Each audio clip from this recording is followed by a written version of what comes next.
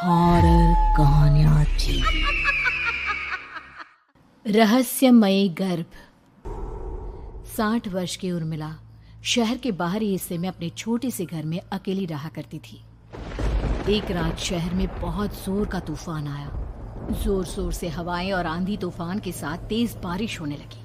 उन आवाजों को सुनकर कोई भी घबरा जाता, लेकिन उर्मिला घर के सारे खिड़की दरवाजे बंद कर गहरी नींद में सो रही थी।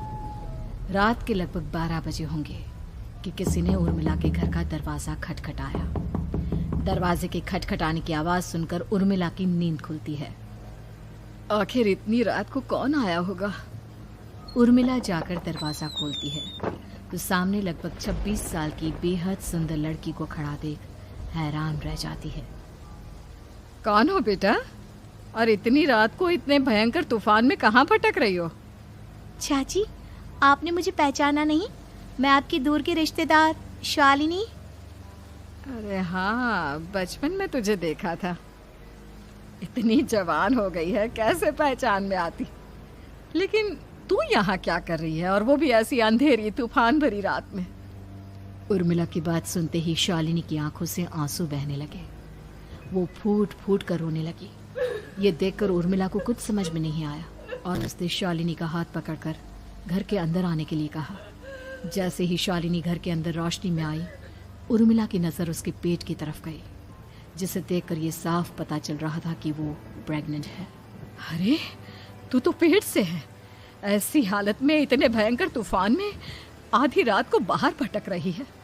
आखिर बात क्या है बेटा, मुझे सब कुछ साफ साफ बता। क्या बताऊं चाची, ये सब जिसकी वजह से हुआ है उसके बारे में बताने में भी मुझे शर्म आती है। मैंने घर वालों की मर्जी के खिलाफ जाकर एक लड़के से शादी कर ली थी, पर वो शादी के 1 महीने बाद ही मुझे छोड़कर चला गया। छोड़कर चला गया का क्या मतलब? क्या उसके साथ कोई हादसा हो गया? नहीं, उसे कोई दूसरी लड़की पसंद आ गई और मेरी प्रेगनेंसी की खबर सुनते ही उसने मुझे बेसहारा छोड़ दिया। उसके बाद मैं अपने घर गई, लेकिन माँ पापा ने मुझे घर में कदम तक नहीं रखने दिया। तभी मुझे आपकी याद आई। कोई बात नहीं, कोई बात नहीं, तुमने यहाँ आकर अच्छा ही किया। एक काम करो, तुम आराम करो। वैसे भी ऐसी हालत में इतना घूमना फिरना और इस तरह आधी रात को बाहर भटकना ठीक नहीं होता। प्रेग्नेंट औरत को आधी रात को घर से बाहर नहीं निकलना चाहिए। बुरी आत्माएं उस पर अपना असर दिखा सकती है। और इतना कहकर उर्मिला ने शालिनी को एक दूसरे कमरे में जाकर आराम करने के लिए कहा। लेकिन जैसे ही शालिनी अपने कमरे में जाने लगी, अचानक से उर्मिला ने उसे रोक लिया। एक बात बताओ बेटा, तुम्हारा कौन सा महीना चल रहा है? पेट देखकर तो लगता है कि लगभग 6 महीने पूरे हो गए होंगे। उर्मिला की बात सुनकर शालिनी के होठों पर मुस्कुराहट आ गई। चाची जी, अभी सिर्फ 1 ही महीना हुआ है। शालिनी की बात सुन उर्मिला दंग रह गई। उसे समझ में नहीं आ रहा था कि प्रेगनेंसी के पहले ही महीने में शालिनी की हालत ऐसी क्यों थी। लेकिन फिर उसने बात को नज़रअंदाज कर शालिनी को आराम करने के लिए कहा और खुद भी कमरे में जाकर सो गई। अभी कुछ ही घंटे बीते थे कि अचानक से एक बच्चे के बड़े ही अजीबोगरीब बेढंगे तरीके से रोने की आवाज़ें उर्मिला के घर में गूंजने लगी। उन आवाज़ों को सुनकर उर्मिला की नींद फिर से खुलती है। ये अचानक बच्चे के रोने की आवाज़ कहाँ से आने लगी? उसने उठकर चारों तरफ देखा, पर वहां उसे कोई नजर नहीं आया। उर्मिला घबराते हुए शालिनी के कमरे में गई तो वहां उसे कमरे की दीवार पर एक बेहद खौफनाक साया नजर आया, जिसे देखकर उर्मिला बुरी तरह से घबरा गई। आखिर ये सब क्या हो रहा है? शालिनी, शालिनी उठो! उसने जोर जोर से आवाज देकर शालिनी को जगाने की कोशिश की, लेकिन ऐसा लग रहा था जैसे उसकी आवाज शालिनी तक पहुंच ही नहीं रही थी। कमरे की दीवार पर एक बहुत बड़ा और बेहद डरावने दिखने वाले इंसान का साया और एक बच्चे के अजीबोगरीब ढंग से रोने और चीखने की आवाजें अब उर्मिला को ज्यादा डराने लगी थी। उर्मिला को शालिनी की चिंता सताने लगी और उसने पूरी ताकत के साथ चीख कर शालिनी को आवाज लगाई, शालिनी! तभी अचानक सब कुछ एकदम पहले जैसा हो जाता है और उर्मिला की आवाज सुनकर शालिनी की नींद खुलती है। क्या हुआ चाची, आप इतनी तेज क्यों चिल्ला रही हैं? अब ठीक तो है ना? अभी अभी मैंने तुम्हारे कमरे में कुछ अजीब सा देखा। तुम ठीक हो ना शालिनी? मुझे यहाँ एक बच्चे के रोने की आवाज़ें आ रही थी। लगता है आपको मेरी कुछ ज़्यादा ही चिंता हो गई है। आपने मेरी प्रेगनेंसी के बारे में कुछ ज़्यादा ही सोच लिया होगा। मैं एकदम ठीक हूँ, आप आराम से सो जाइए। इतना कहकर शालिनी ने उर्मिला को फिर से अपने कमरे में जाने के लिए कहा और खुद भी जाकर सो गई।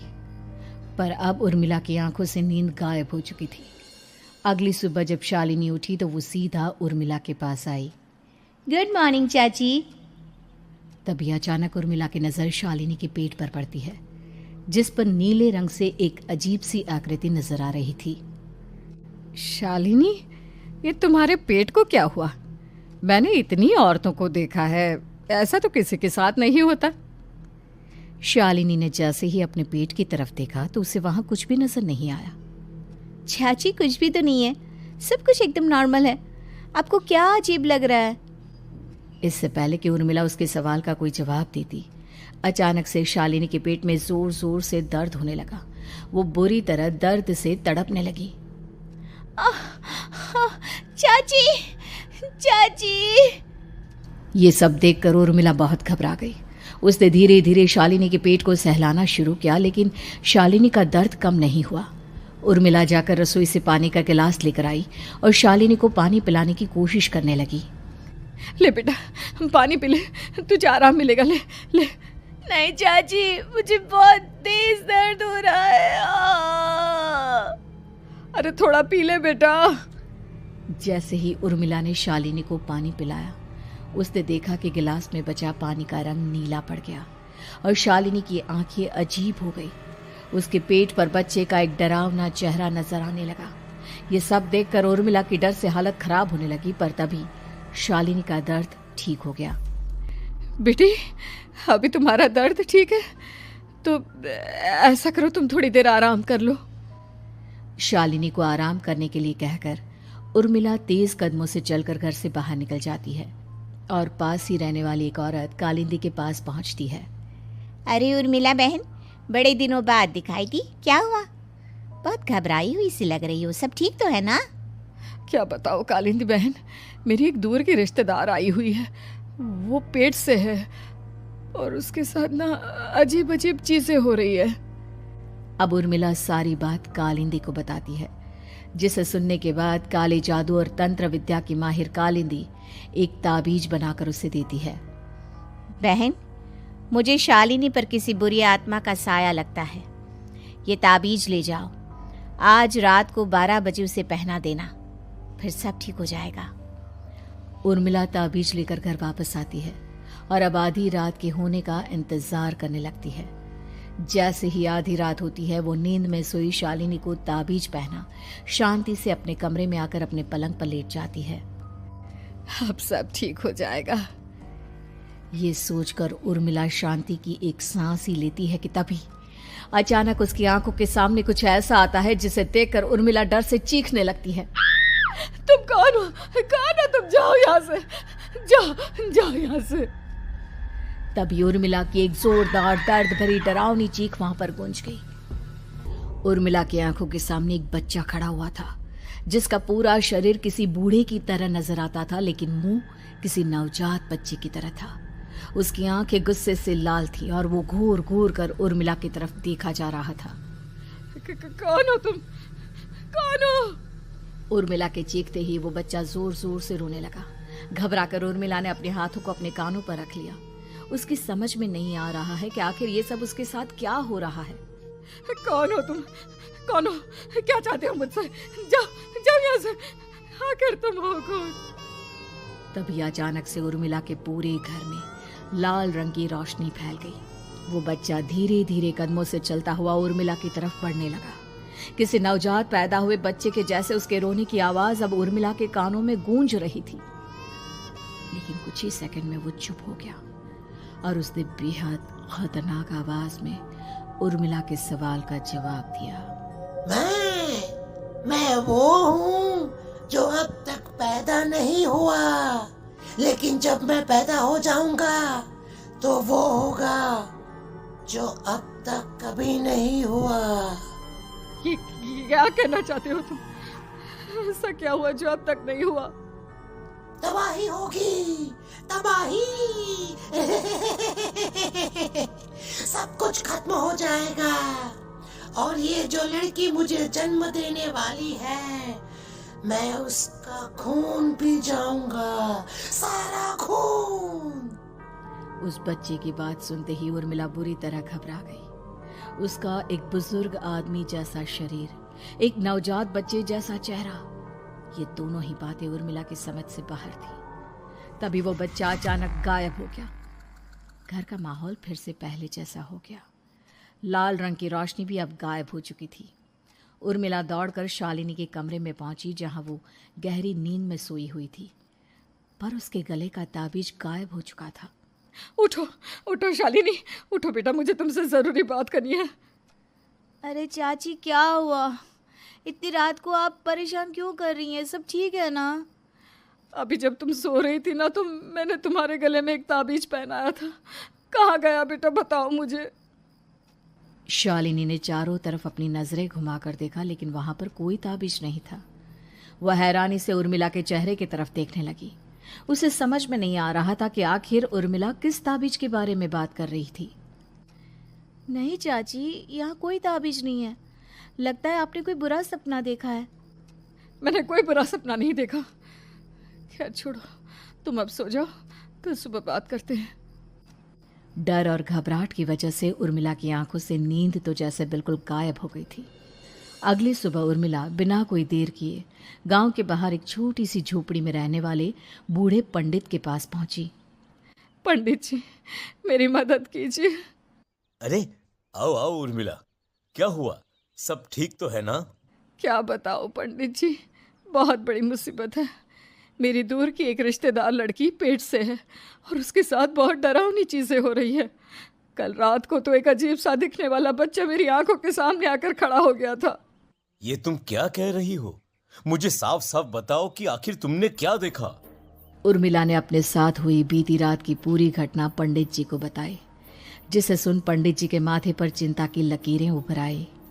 अनर्थ होने वाला है, अनर्थ। बरसों पहले भी उस हैवान ने एक लड़की के पेट से जन्म लिया था और उसके बाद उस शहर को पूरी तरह से तबाह कर दिया। कैसी विपदा पंडित जी, कैसे बात कर रहे हैं आप? बताइए मुझे, और इसका उपाय क्या है? इसका उपाय तो है, लेकिन बहुत कठिन है। हो सकता है कि उस उपाय को करने के दौरान तुम्हारी जान भी चली जाए। मुझे मेरी जान की कोई परवाह नहीं, पर आप जिस तबाही के बारे में बात कर रहे हैं, बस वो नहीं होनी चाहिए। लाखों लोगों की जान बचाने के लिए मैं कुछ भी करूंगी। तो ठीक है, मेरी बात ध्यान से सुनो। बरसों पहले एक भयानक तांत्रिक ने अपनी तंत्र क्रिया के जरिए एक मासूम लड़की के साथ रिश्ता बनाकर उसके पेट से जन्म लिया था। इस तरह से वो अपने जैसे लोगों की संख्या इस दुनिया में बढ़ाना चाहता था। आपके कहने का मतलब है कि शालिनी के पेट से भी उस शैतान को जन्म लेना है, इसलिए उसने उसके साथ ये सब किया है। ठीक पहचाना तुमने। अब मैं तुम्हें एक ऐसा सिंदूर दूंगा जिसे तुम्हें ले जाकर उस लड़की के पेट पर लगाना होगा। क्या ऐसा करने से सब कुछ ठीक हो जाएगा? नहीं उर्मिला, ये सब इतना आसान नहीं। उस लड़की के पेट पर सिंदूर लगाने के बाद तुम्हें उसका पेट काटकर उस हैवान को बाहर निकालना होगा। नहीं पंडित जी, मैं ये सब नहीं कर सकती। मैं भला एक जिंदा लड़की के पेट को अपने हाथों से कैसे काट सकती हूँ? अगर तुमने ऐसा नहीं किया तो कुछ ही दिनों में वो हैवान उस लड़की के शरीर से जन्म लेगा और उसके शरीर के सारे खून को पीकर अपनी ताकत को बढ़ाएगा। उसके बाद वो धीरे धीरे इस पूरे शहर को तबाह कर देगा। यहाँ पर कोई जिंदा नहीं बचेगा। लेकिन अगर मैं उसके पेट को काट दूंगी तो क्या वो जिंदा बच पाएगी? अगर शालिनी को कुछ हो गया तो, अगर उसकी मृत्यु हो गई तो? ऐसा कुछ नहीं होगा उर्मिला, तुम्हें अपने मन को पक्का करके ये काम करना ही होगा। सिंदूर लेने के बाद उर्मिला झोपड़ी से बाहर निकलने ही वाली थी कि तभी पंडित जी ने उसे पीछे से आवाज देकर रोका। उर्मिला, उस लड़की का पेट काटकर हैवान को बाहर निकालना ही काफी नहीं होगा। तुम्हें ध्यान रखना होगा कि ये सब करते हुए उस बच्चे का जो आधा बूढ़े का शरीर है उस पर सिंदूर की एक बूंद भी ना लगने पाए, क्योंकि अगर ऐसा हुआ तो वो तुम्हें और बाकी सबको कच्चा खा जाएगा। पंडित जी की बात सुन उर्मिला की आंखें फटी रह गई और उसके शरीर में डर की लहर दौड़ गई। फिर भी उसने हिम्मत की। ठीक है पंडित जी, मैं पूरी कोशिश करूंगी कि मैं उस हैवान को वहीं के वहीं खत्म कर पाऊं। इसके बाद उर्मिला तेज कदमों के साथ घर वापस आती है। दिन बीतता है, रात का अंधेरा छाने लगता है। शालिनी खाना खाकर सोने चली जाती है और उर्मिला लगातार उसके गहरी नींद में सो जाने का इंतजार करने लगती है, जिसके बाद उर्मिला दबे कदमों से शालिनी के कमरे में पहुंच गई। मुझे ये करना ही होगा। अब उर्मिला ने धीरे धीरे शालिनी के पेट पर पंडित जी का दिया सिंदूर लगाना शुरू किया। उर्मिला के हाथ बुरी तरह से कांप रहे थे। उसके एक हाथ में चाकू था जिससे वो पेट काटने वाली थी।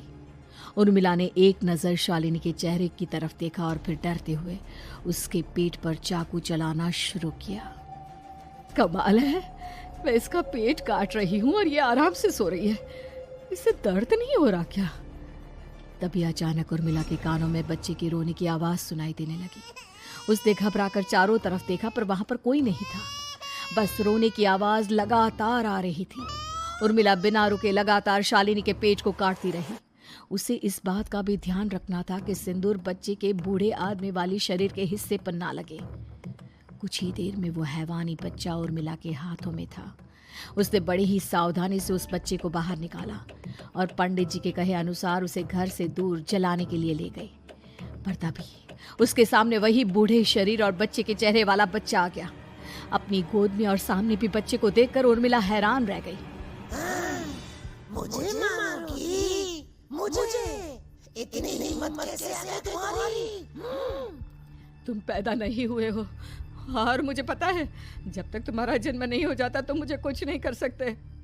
इतना बोलते ही उर्मिला तुरंत उस बच्चे को घास के ढेर पर फेंक कर उसमें आग लगा देती है, जिसके तुरंत बाद वो बूढ़े आदमी के शरीर और बच्चे के चेहरे वाला अजीब तांत्रिक का भूत भी वहां से गायब हो जाता है। कुछ देर बाद उर्मिला घर पहुंचती है तो वो ये देखकर हैरान रह जाती है कि शालिनी का पेट अपने आप जुड़ चुका था।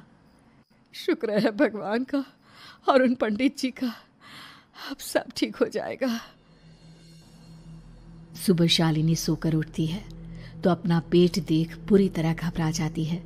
चाची, चाची ये सब क्या हो गया? मेरा पेट अचानक कम कैसे हो गया?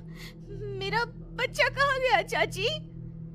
बेटी, वो बच्चा नहीं, एक खतरनाक तांत्रिक था जो तुम्हारी कोख से जन्म लेकर सबको मार देना चाहता था। वो पैदा होते ही तुम्हारी जान भी ले लेता, इसलिए मैंने पंडित जी के बताए उपाय से उसका खात्मा कर दिया है।